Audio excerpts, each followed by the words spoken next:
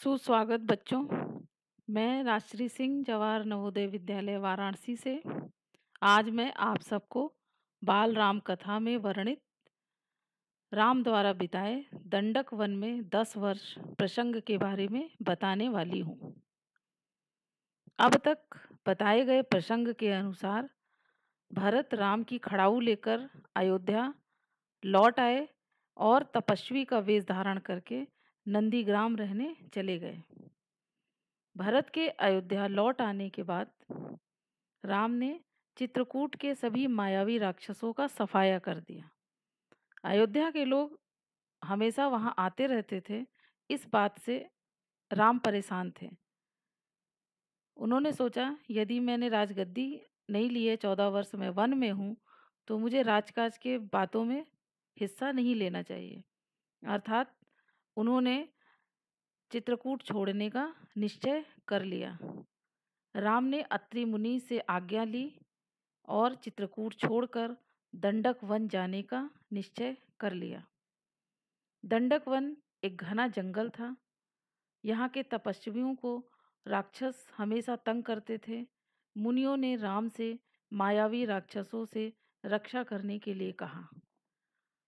राम 10 वर्ष तक दंडक वन में रहे। वहां से शरभंग मुनि से मिले।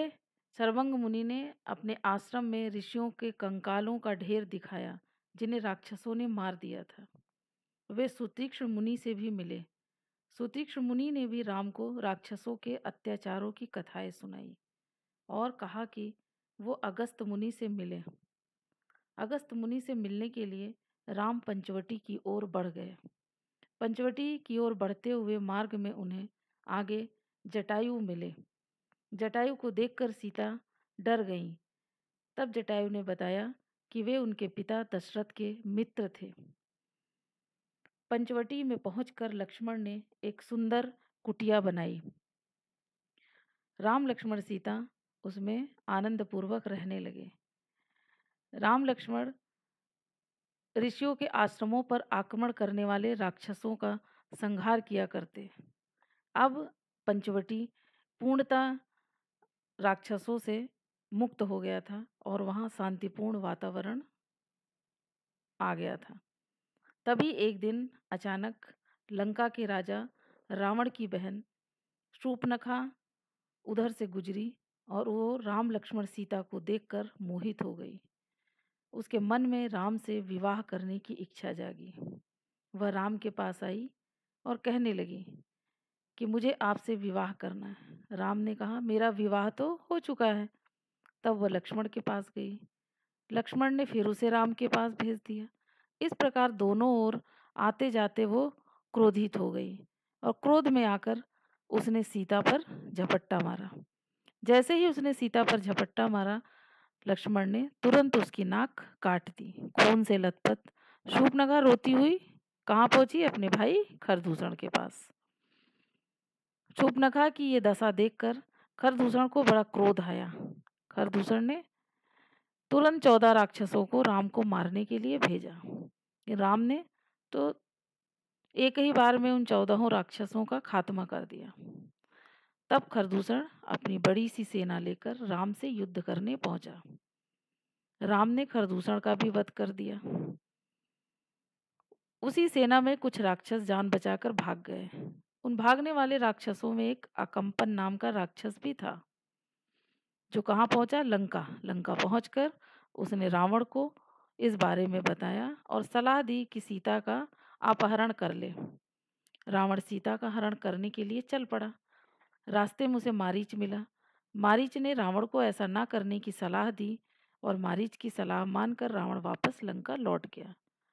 रावण लंका पहुंचा ही था कि पीछे से शूर्पणखा रोती हुई पहुंची और उसने जाकर रावण को अपना दुखड़ा सुनाया और उकसाया कि उसका भाई लंकापति रावण है और उसके रहते हुए उसके बहन की नाक कट गई। उसने बताया कि राम और लक्ष्मण तो बहुत वीर हैं, परंतु उनके साथ एक सुंदर स्त्री है जिसे मैं आपके लिए लाना चाहती थी, परंतु तभी लक्ष्मण ने मेरी नाक काट दी। रावण को गुस्सा आया और वह पंचवटी की ओर चल पड़ा। पंचवटी में जाकर वह मारीच से मिला और दोनों ने ये योजना बनाई कि वह सीता का हरण करेंगे। रावण ने मारीच को सोने का हिरण का रूप रखने के लिए कहा। मारीच सोने का हिरण का रूप रख के कुटिया के चारों ओर घूमने लगा और रावण ने एक तपस्वी का रूप रखा और एक पेड़ के पीछे छुप गया। राम लक्ष्मण सीता कुटिया में बैठे थे, तभी सीता की नज़र उस मायावी सोने के हिरण पर पड़ी। सीता उस हिरण को देखकर मोहित हो गई। वो उसे पकड़ने के लिए राम से जिद करने लगी। राम और लक्ष्मण को इस वन में सोने का हिरण देखकर कुछ संदेह हुआ, परंतु सीता नहीं मानी।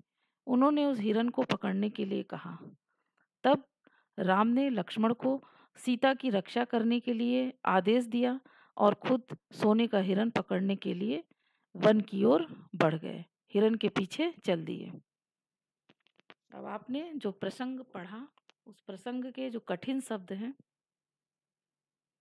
उनका अर्थ मैं आपको बताती हूँ। पहला शब्द है मायावी। मायावी का अर्थ है धोखेबाज, धोखा देना। जिस तरह राक्षसों ने मायावी रूप रखकर ऋषि मुनियों को परेशान किया। संहार, संहार का मतलब है मार देना।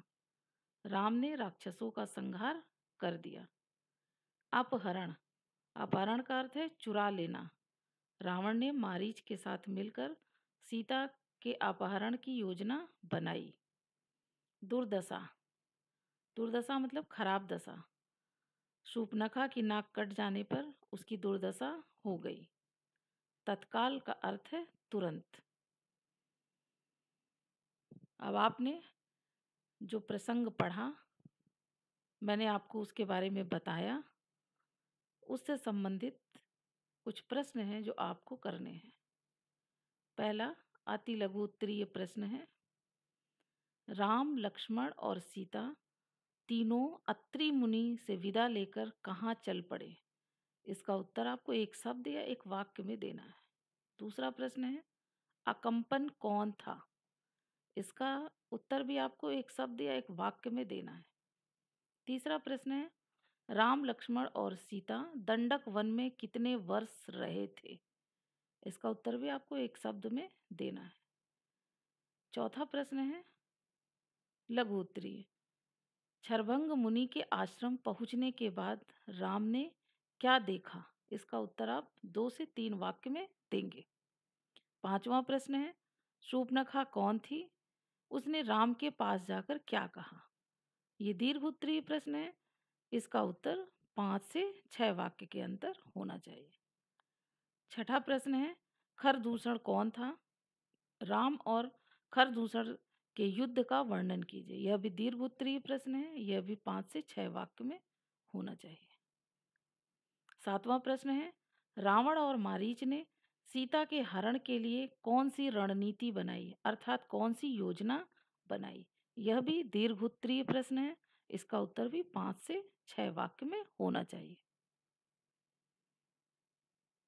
अब हम लोगों ने जो ये प्रसंग पढ़ा कि राम के द्वारा दंडक वन में 10 वर्ष बिताए गए, इस प्रसंग से हमें राम के चरित्र से यह शिक्षा मिलती है कि हमें असहाय और ज़रूरतमंद की सहायता करनी चाहिए, मदद करनी चाहिए। धन्यवाद।